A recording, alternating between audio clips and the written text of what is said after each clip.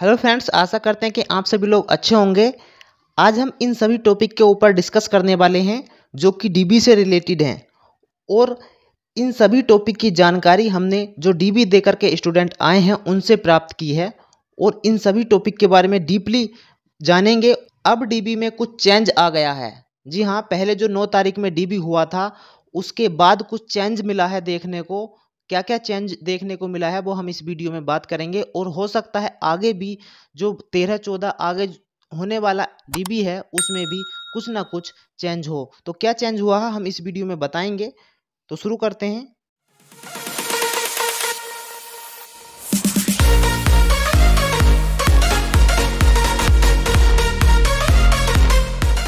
तो सबसे पहले बात कर लेते हैं कास्ट सर्टिफिकेट की। जी हाँ, पहला है कास्ट सर्टिफिकेट ओल्ड या न्यू। तो जो बच्चों के पास पुराना पिता पक्ष का ओल्ड कास्ट सर्टिफिकेट है, कुछ के पास 2008 का है, 2009 का है, तो उनका भी एक्सेप्ट कर रहे हैं। लेकिन ये जरूरी नहीं है कि वो आपका बाद में माना ही जाएगा, डॉक्यूमेंट से निकाला नहीं जाएगा। क्योंकि कितना भी पुराना आपका कास्ट सर्टिफिकेट हो लेकिन बस वो नेट पर शो करता हो, अगर नेट पर शो नहीं कर रहा है, ले तो रहे हैं वो, लेकिन आगे कोई भी उसकी जिम्मेदारी नहीं ले रहे हैं कि आपका ये वैलिड होगा या नहीं। अगर आप न्यू लेकर के जा रहे हैं जो कि आपने बनवाया होगा 2022 में, मतलब 1/5/2022 के बाद, तो वो भी ले रहे हैं। लेकिन उन दोनों की कोई भी गारंटी नहीं ले रहे हैं। एक तो जो पुराना जो इंटरनेट पर शो नहीं करता है और एक न्यू जो कि लास्ट डेट के बाद का है। जमा तो कर रहे हैं लेकिन वो बोल रहे हैं कि हम जमा कर रहे हैं, लेकिन बाकी जो निर्णय होगा वो आयोग का होगा। इसलिए आप ध्यान से अपना कास्ट सर्टिफिकेट लेकर के जाएं। और फादर का हो हस्बैंड का हो, फादर के लिए उन्होंने पहले ही बोला था कि फादर का होना चाहिए, हस्बैंड का भी ले रहे हैं। लेकिन जो बच्चे खुश हो रहे हैं कि हमारा तो हस्बैंड का भी ले लिया कास्ट सर्टिफिकेट, लेने को मना नहीं कर रहे, लेकिन बाकी जो निर्णय डिसाइड करेगा वो आयोग करेगा। इसलिए जो है आपको ध्यान रखना है कि अगर आपके पास फादर का कास्ट सर्टिफिकेट है, वो भी इंटरनेट पर शो करता हुआ, तो आपके लिए बेनिफिट होगा। अगला देख लेते हैं एएनएम रजिस्ट्रेशन स्लिप। जी हाँ, जिनका एएनएम का रजिस्ट्रेशन नहीं हुआ है और उन्होंने बाद में कराया है। काफ़ी बच्चों की ये शिकायत है कि उन्होंने बाद में रजिस्ट्रेशन कराया, उनके पास सर्टिफिकेट नहीं आया है। तो क्या स्लिप के द्वारा हमारा डीबी हो जाएगा, एक्सेप्ट कर लेंगे स्लिप जमा करके। तो दोस्तों, पहले नहीं कर रहे थे, 9 तारीख में ऐसा नहीं कर रहे थे, लेकिन अब क्या करने लगे हैं कि उनकी स्लिप जमा कर रहे हैं, उन स्लिप को लगा कर ही जमा कर रहे हैं और उनसे बोल रहे हैं कि 18 तारीख तक आपको ये दे देना है सर्टिफिकेट। या फिर क्या कर रहे हैं, या फिर उनको वापिस भेज रहे हैं और बोल रहे हैं कि आप 18 तारीख में सर्टिफिकेट के साथ आइए। मतलब कि आपका जो रजिस्ट्रेशन स्लिप है वो तभी मान्य होगा जब आप सर्टिफिकेट हमें दे देंगे 18 तारीख तक, उसके बाद मान्य नहीं होगा 18 के बाद। तो अगर आपके पास रजिस्ट्रेशन स्लिप है एएनएम की और सर्टिफिकेट नहीं है तो 18 तारीख तक ले आइए और दिखा दीजिए, आपका डीबी हो जाएगा।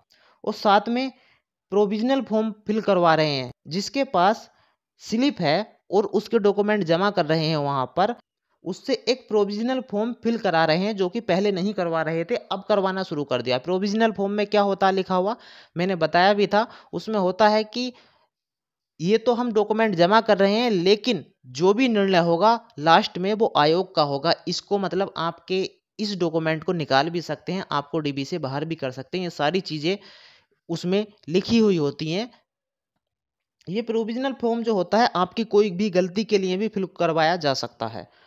आगे है नंबर 3, 18 जून को दोबारा मौका। जी हाँ, 18 जून को दोबारा मौका है। अगर आपके पास कोई भी डॉक्यूमेंट नहीं है या फिर किसी भी डॉक्यूमेंट में कमी है तो आप जो 18 तारीख की सेकंड शिफ्ट, वो जो है सभी ऐसे बच्चों के लिए है जिनका डीबी छूट चुका है, मतलब किसी कारणवश वो नहीं जा पाए हैं या आगे नहीं जा पाएंगे, तो वो 18 तारीख को सेकंड शिफ्ट में जाएं और अपना डीबी करा सकते हैं। लेकिन पहले उन्हें इन्फॉर्म करना होगा एप्लीकेशन के द्वारा आयोग को।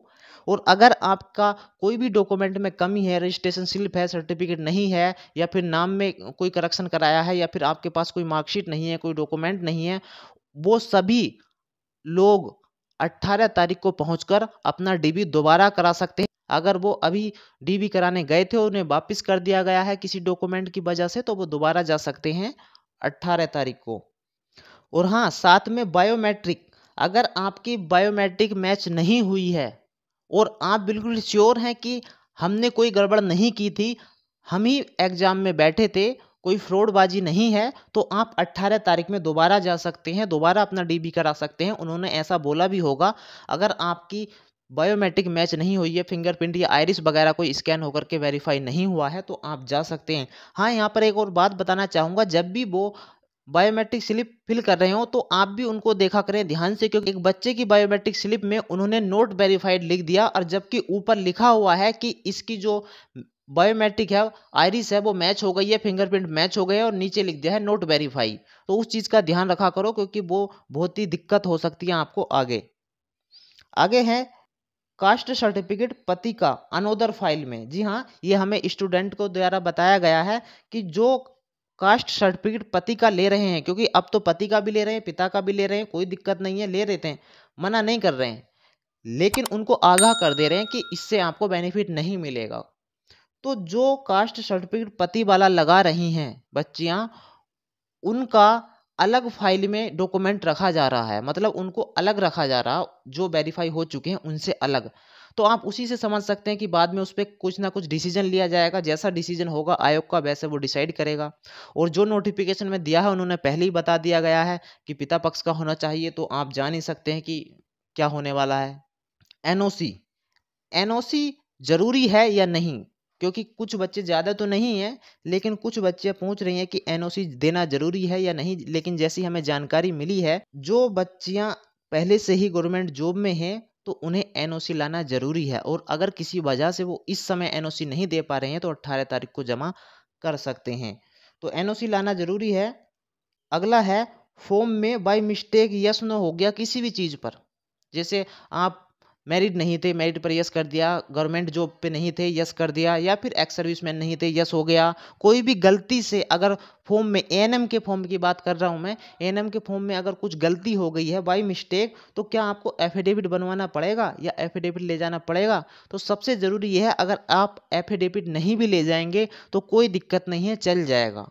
क्योंकि ऐसा उन्होंने खुद वहाँ पर बोला है, जो कि स्टूडेंट थे, उन्होंने हमें आकर के बताया है कि अगर आपके फॉर्म में कुछ गलती से, जैसे एक्सपीरियंस है, आपने 4 साल का डाल दिया था 3 साल का, या फिर 3 साल का था 2 साल का, इस प्रकार की कोई भी प्रॉब्लम है अगर आपने कर दिया है, तो इसके लिए एफिडेविट की जरूरत नहीं है। लेकिन अगर आपको फिर भी संतुष्टि नहीं होती है तो आप ले जा सकते हैं, कोई ज़्यादा बड़ी बात नहीं है, 100-200 रुपए का बनता है, कोई इतनी बड़ी बात है नहीं। एक्स्ट्रा क्वालिफिकेशन, जी हाँ, जैसे आपने देखा था, मैं बता रहा हूँ बार बार कि पहले 9 तारीख में जो हो रहा था वो अब नहीं हो रहा है, कहीं ना कहीं उसमें उन्होंने चेंज किया है, क्योंकि काफ़ी बच्चों को प्रॉब्लम थी, काफ़ी बच्चे को इस समस्या का सामना करना पड़ रहा था, इसलिए तो पहले जो है, पहले ही दिन एक्स्ट्रा क्वालिफिकेशन थी उसको हटा दिया गया था। बीए एमए कुछ भी लगा रहे थे तो उसके डॉक्यूमेंट नहीं ले रहे थे, मना कर दिया था कि इसको मत लगाओ, क्योंकि काफ़ी बच्चे थे, परेशान हो गए थे, आपने देखा भी होगा, पहले दिन जो है काफ़ी समय लग गया था डीबी लेने में। तो अब वो बोल रहे हैं कि अगर आपने कोई एक्स्ट्रा क्वालिफिकेशन लगाना चाहते हो, जैसे बीए एमए या एक्स्ट्रा कुछ भी लगाना चाहते हो, पीएचडी वगैरह, तो लगा सकते हो, फिल कर दो और उसके डॉक्यूमेंट अटैच कर दो, तो साथ में लगा करके दोगे तो मना नहीं करेंगे वो, लेकिन आपसे कहेंगे भी नहीं कि लगा करके दे दो, अगर आपने दिया है तो रख लेंगे। ठीक है, जैसे अब ग्रेजुएशन है, पोस्ट ग्रेजुएशन, एनी अदर कोई भी क्वालिफिकेशन लगा सकते हैं। अदर स्टेट का, जो अदर स्टेट के बच्चे हैं तो उनका रजिस्ट्रेशन जो है, आप भी जानते हैं, यूपी काउंसिल का होना चाहिए। अगर वो यूपी से नहीं है तो उनको बाहर भेज रहे हैं, मतलब उनको, उनका डीबी नहीं हो रहा है। और साथ ही साथ निवास भी जरूरी है अदर स्टेट वालों का, क्योंकि यूपी वालों का निवास ले भी रहे हैं, कुछ कमरों में जो है निवास ले रहे हैं, कुछ में नहीं ले रहे हैं। ठीक है, लेकिन आपको ले जाना है, लगा दो आप वहां पर, अगर वो लगाते हैं तो लगा दो। अदर स्टेट वालों का तो वो खुद कह करके ले रहे हैं, लेकिन यूपी के हैं तो उनके किसी कमरे में नहीं लेते हैं, किसी में ले लेते हैं। वैसे ये गलत है कि सबको एक सा होना चाहिए, लेकिन अलग अलग हो रहा है। वैसे ही फोटो के साथ हो रहा है, जो फोटो आप लेकर के जा रहे हो एक्स्ट्रा, आपको जो चस्पा किए हुए हैं उनकी बात नहीं कर रहा मैं, जो फॉर्म पर चस्पा किए हैं उनकी बात नहीं कर रहा, लेकिन जो एक्स्ट्रा बोला था डीबी लेटर के अंदर, एक्स्ट्रा बोला था कि एक्स्ट्रा लाने हैं 2 फोटो, 2 फोटो प्लेन लाने हैं और 2 वेरीफाई करके लाने हैं, अटेस्टेड करके लाने हैं। तो उनको भी नहीं ले रहे हैं, कुछ कमरों में ले रहे हैं, कुछ में नहीं ले रहे हैं, फिर वही दिक्कत कर रहे हैं। लेकिन आप चाहो तो उन्हें ले जा सकते हो कुछ कमरों में, क्योंकि मांग रहे हैं खुद, कुछ में नहीं मांग रहे, बोल रहे हैं कि इसकी ज़रूरत नहीं है, आप ले जाइए। तो कुछ बच्चे टेंशन में हैं कि हमारा तो फ़ोटो लिया ही नहीं, हम दोबारा जाकर के उन्हें फ़ोटो दें या नहीं दें, क्या करें? तो आपको टेंशन नहीं लेना, उन्होंने इसीलिए नहीं लिया क्योंकि ये कंपल्सरी नहीं है, केवल एक्स्ट्रा मंगाए थे। हो सकता आगे उन्हें कुछ ज़रूरत पड़ जाती है, इसलिए वो एक्स्ट्रा मंगाए थे आपसे, लेकिन उन्हें अब लगता है कि उनकी ज़रूरत नहीं है, कंपल्सरी नहीं है। तो अगर आपने फ़ोटो नहीं दिए हैं या आपके फ़ोटो उन्होंने नहीं लिए हैं, तो उससे कोई भी दिक्कत आपको नहीं आने वाली है। ठीक है दोस्तों? तो आप इस बारे में बिल्कुल टेंशन मत लीजिए कि आपके फ़ोटो उन्होंने नहीं लिए हैं। तो दोस्तों कोई भी डरने वाली बात नहीं है, बहुत अच्छे से सभी कुछ हो रहा है। अगर आपका फिर भी कोई क्वेश्चन होता है, फिर भी कोई टेंशन आपको है कि किस प्रकार से करें, क्या ना करें, कास्ट सर्टिफिकेट वगैरह, आपके पास जितने भी डॉक्यूमेंट है सबको लेकर के जाइए। ठीक है? और साथ में अगर आपको कुछ शंका लगती है नेम में या डॉक्यूमेंट में, तो एफिडेविट बनवा लीजिए, कोई दिक्कत नहीं है। अगर छोटी-मोटी गलती है तो ले रहे हैं, स्पेलिंग में गलती है तो कुमारी वगैरह की गलती है तो उससे फ़र्क नहीं पड़ रहा। लेकिन आपको अगर लगता है कि नहीं, हो सकता है गड़बड़ हो जाए, तो एफिडेविट बनवा लो, कोई दिक्कत नहीं है। तो कोई भी टेंशन नहीं लेना।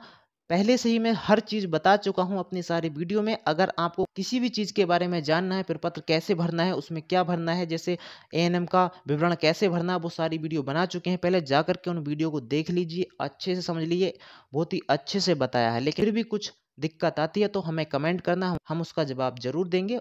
और आप हमें व्हाट्सअप कर सकते हैं, टेलीग्राम पर अपने ज्वाइन कर सकते हैं और इंस्टाग्राम को भी फॉलो कर सकते हैं। ओके? तो मिलते हैं नेक्स्ट वीडियो में। Okay, bye bye, thank you.